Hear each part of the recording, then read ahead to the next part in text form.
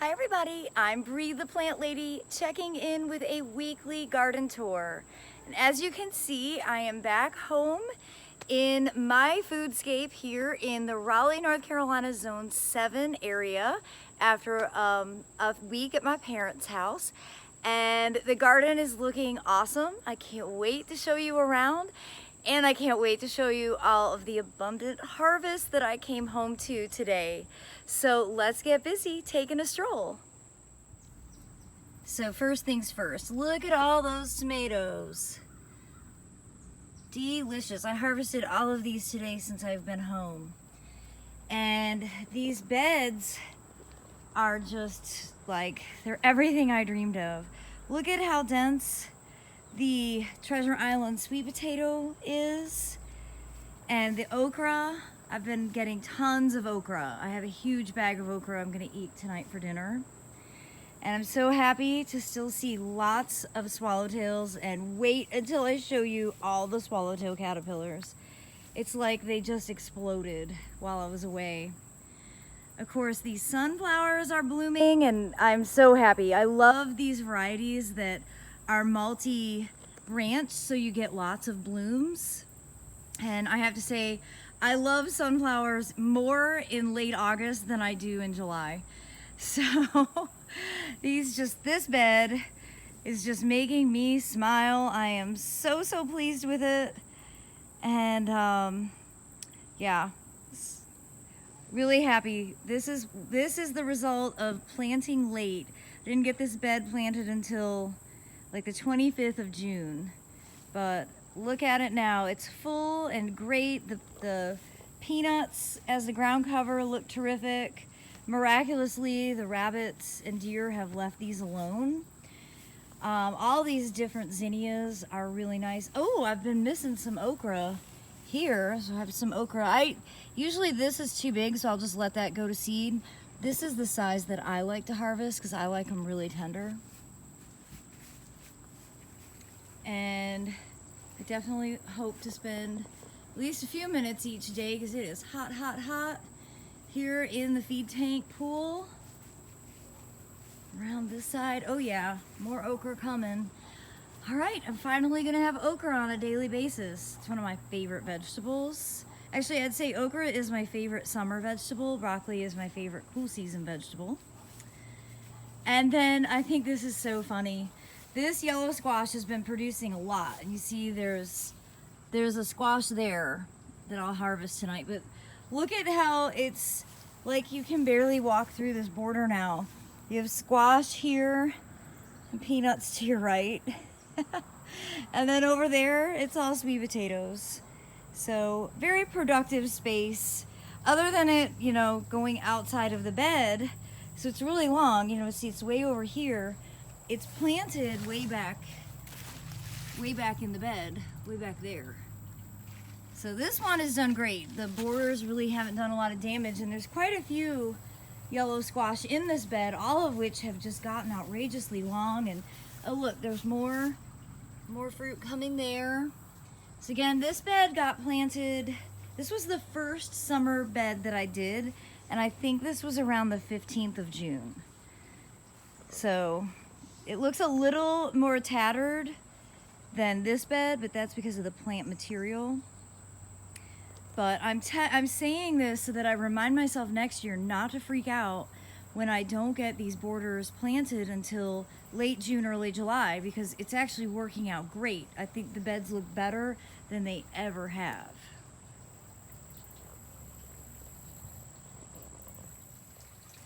I have to show you the rice because it's so cool. This is a variety called Rex, which I buy the seed from Hancock Seed. And the rice seed isn't quite ripe yet, but it's definitely getting close. And I actually think that you could harvest it at this stage for eating. My plan is actually to harvest this to grow out again next season. So I'm not gonna harvest this for, threshing, winnowing, and then ultimately consuming. I just think it's the coolest thing. See that pot? A pot with no holes. It's the easiest way to grow rice right on your back patio. You don't have to grow a ton. It's just such a cool experience, and I think it's just such an elegant plant. Everybody should try growing it once. Another exciting development since I've been home is the Hedychium cornarium are starting to flower. And to me, this is the most fragrant of all the ginger lilies. It's my absolute favorite. I love having the swallowtail float around. These flowers to me are just heaven sent. I like them better than gardenia. Oh gosh, it's delightful. And I love bringing these inside the house. Joe Lample and his team will be here this week. They're actually getting into town tonight. We'll be filming this week, and I'm gonna put one of these in the spare bathroom so that they can enjoy it while they visit. While I'm back here in the backyard, everything just looks great. David did a fabulous job watering while I was away. We haven't had any rain in I think 2 weeks. You know, these borders have just really filled in nicely. There's so many butterflies. What a treat. I think those two are trying to mate. Maybe not. There's a yellow and a black swallowtail. They might be fighting over space. Oh, I'm a little worried here. The lilac looks like it's suffering, needs to be watered. Yeah, it's not a, you know, lilacs don't love the reality climate of North Carolina, but when you baby them, they do fine. So I'm definitely gonna need to run the sprinkler over to this side. More hedychiums in bloom. These ones smell good, but they don't smell as good as the street species. It really is so wonderful. All these butterflies. Wow. I don't want to ever take that for granted. And the wall of container late season tomatoes, they're just starting. I'm just starting to get some to harvest. Some varieties look better than others. I do have them all labeled. I just have to find the labels. Like, for instance, this first tomato plant's doing great. Lots of fruit. These are going to be great for making paste or salsa. Some of these in here, you know, are definitely getting some disease issues. And I will have to look at the labels. Everyone is labeled. Like this one is called apple yellow.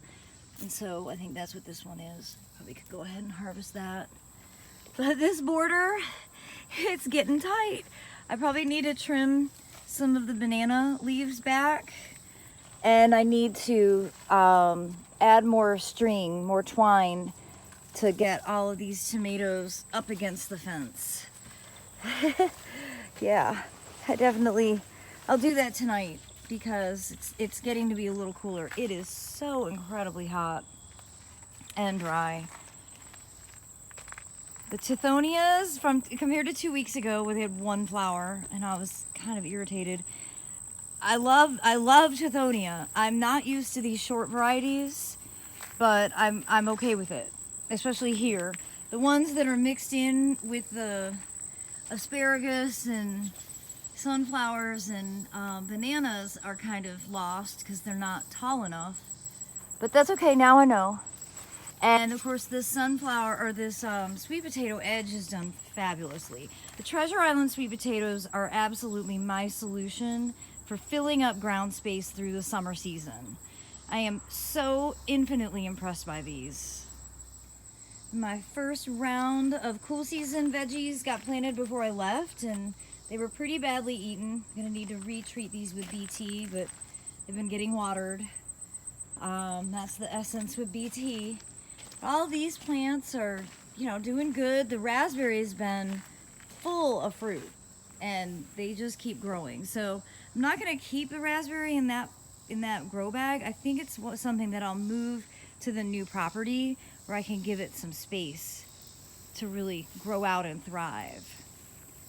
I want to show you in here, in the fire pit bed, everything's doing great. I love these succulents on top of the fire pit. Harvested a whole bunch of tomatoes here, even though you can see some are starting to die from wilt. Lots of tomatoes here, but check out the parsley. It's finally happened. I just had to go away for a few days. So, do you see what I see? Swallowtail. swallowtail, swallowtail, smaller swallowtail, even smaller swallowtail. Back to a bigger one. More over here. There's actually a really big one on this that they've already completely cleaned off. So I am oh so happy that I grew out this parsley. I seeded this last August and it's been growing ever since. And this is exactly why I have it grown. I did actually dry some because I like having dried garlic and parsley ground together to use for cooking. But the real reason I grow parsley is for the swallowtails. So, dream realized.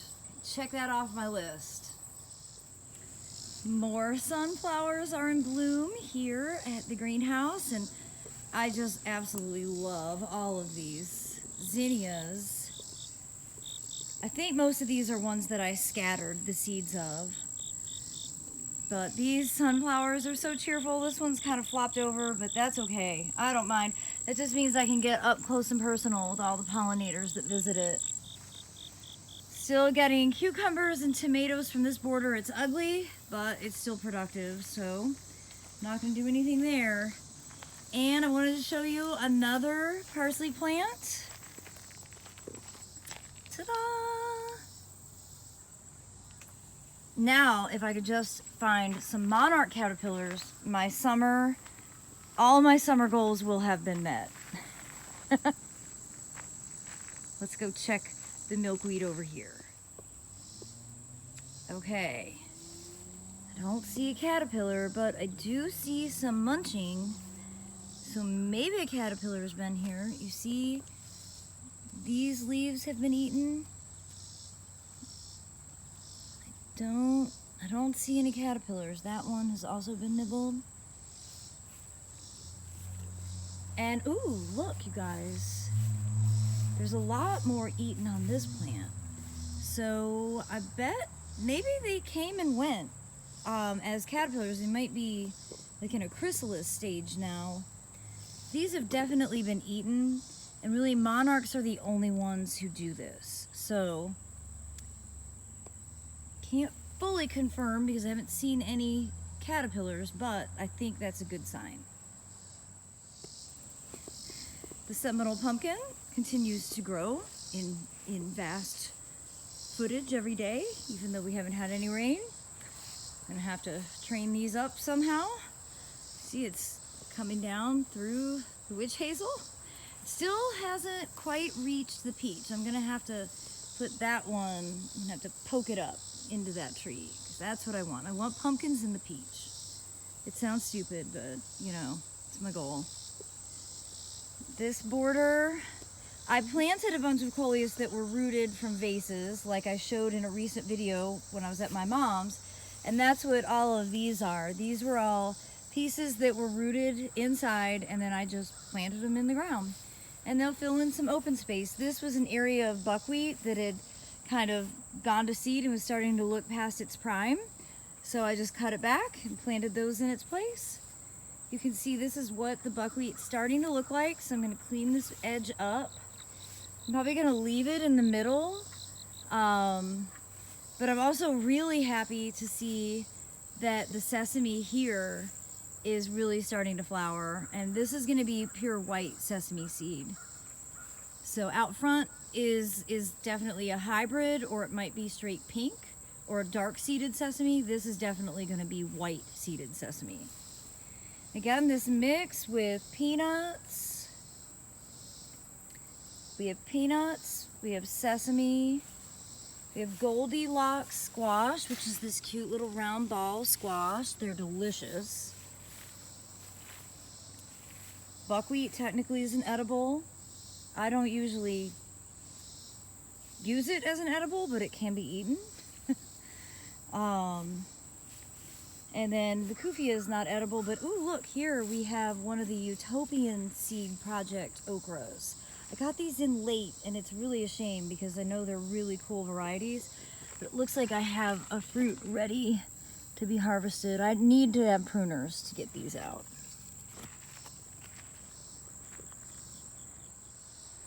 And I have to say, I have a whole new appreciation for these garden borders now that I've been spending a lot of time in the neighbor's house helping with a renovation, because this is a really beautiful border to look out to, and you see it from the master bedroom windows.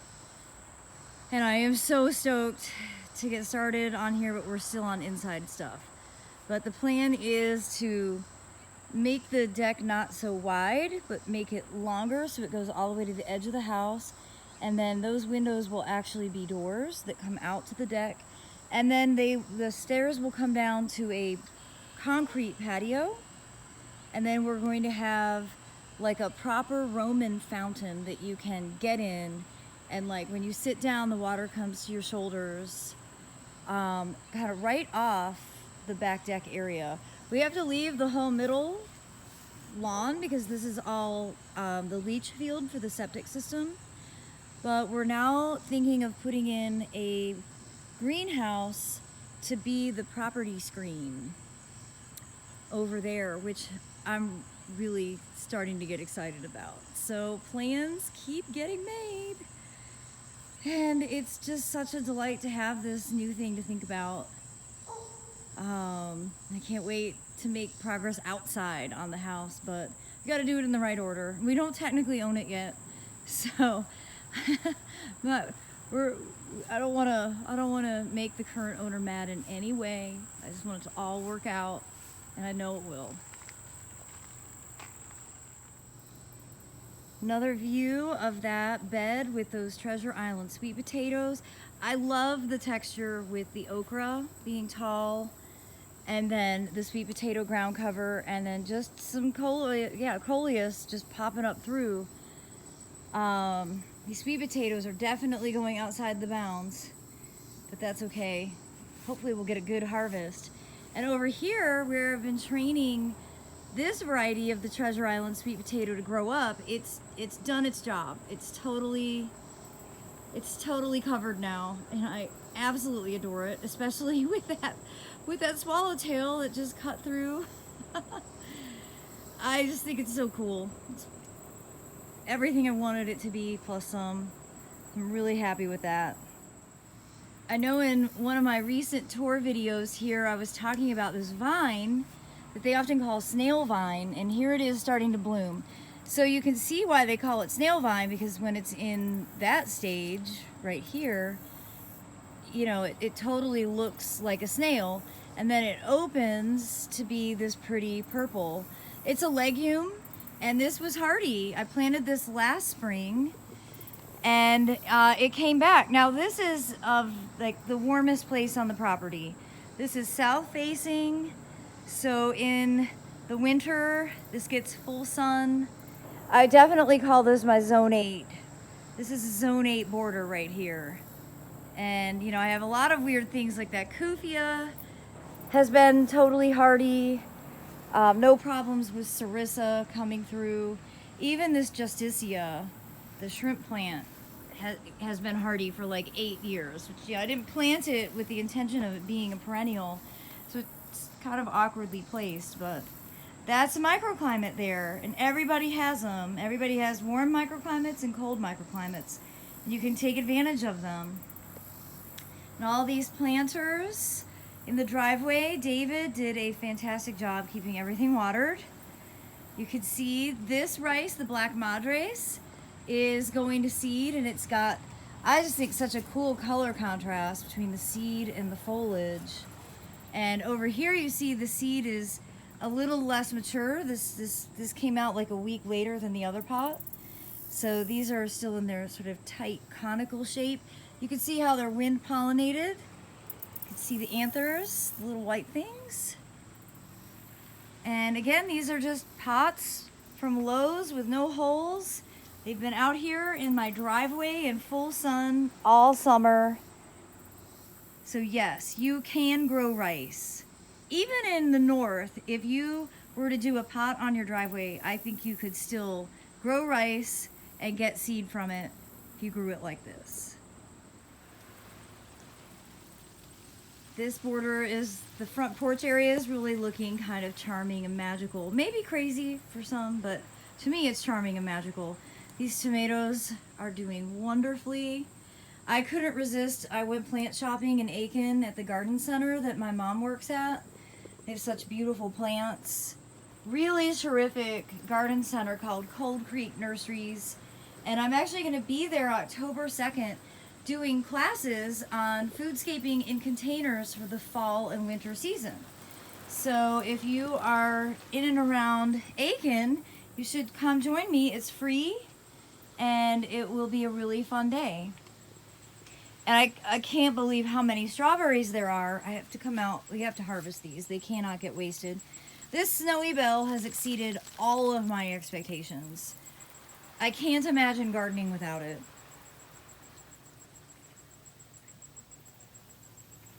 Obviously, I have the sprinkler running because it's super hot and super dry. But check out what's blooming. OMG. It's the Thailand giant. Then look at all of those pods. So these grow really easily from seed, and I'm so stoked that I'm gonna have a bunch of seed. So I will definitely have plants of this available at my spring open garden, which will be in May of 2022. So I'll pan across the front. This bed looks great again. The sweet potato vine. Treasure Island sweet potatoes are a game changer. The idea that they give you this much ornamentation, you can eat the foliage, and I'll be able to harvest the tubers. They're just the coolest thing. Looks like my bird bath needs to be realigned. But look at this border, you guys. It's crazy. It's so filled in. I guess we all have to doubt ourselves, right? It's really nice when your dream comes to fruition. And look at that enormous leaf on this Thailand giant. You know? They're just so cool and weird and not normal. And that's what I like. I like weird and not normal. Because I'm weird and not normal. Coming out to the wave. My vision is totally coming true. I don't have as many sunflowers as I would have liked, but yes, oh yes, the Seminole pumpkin is doing its job. It's filling this bed up. Honestly, I bet by next week, especially if we get some rain, you won't even really be able to see any open space. We should take guesses on how many pumpkins we end up harvesting. Last year we had 52. So I don't know whether we'll have more or less. It's really hard to gauge. And now you can really see these sesame, all the pods. This is where sesame seeds come from. Every single one of these pods is filled with seeds. And you see they just kind of form all the way down the stalk. They're really easy to harvest after we have frost. I just cut the stalks down and I knock them into a wheelbarrow, and then I put them in my seed storage containers, the Talienti, the used empty Talienti containers, and keep them refrigerated until next summer. Hopefully this year I'll have enough to be able to package and offer for sale during the spring open house. They're a little difficult to come by, so I just think everybody should try growing rice and sesame at least one time in their lives. They're such interesting plants. Well, I came over here because of butterflies, but then I saw a hummingbird, but it darted away. But it was actually over here on this aster that started to bloom.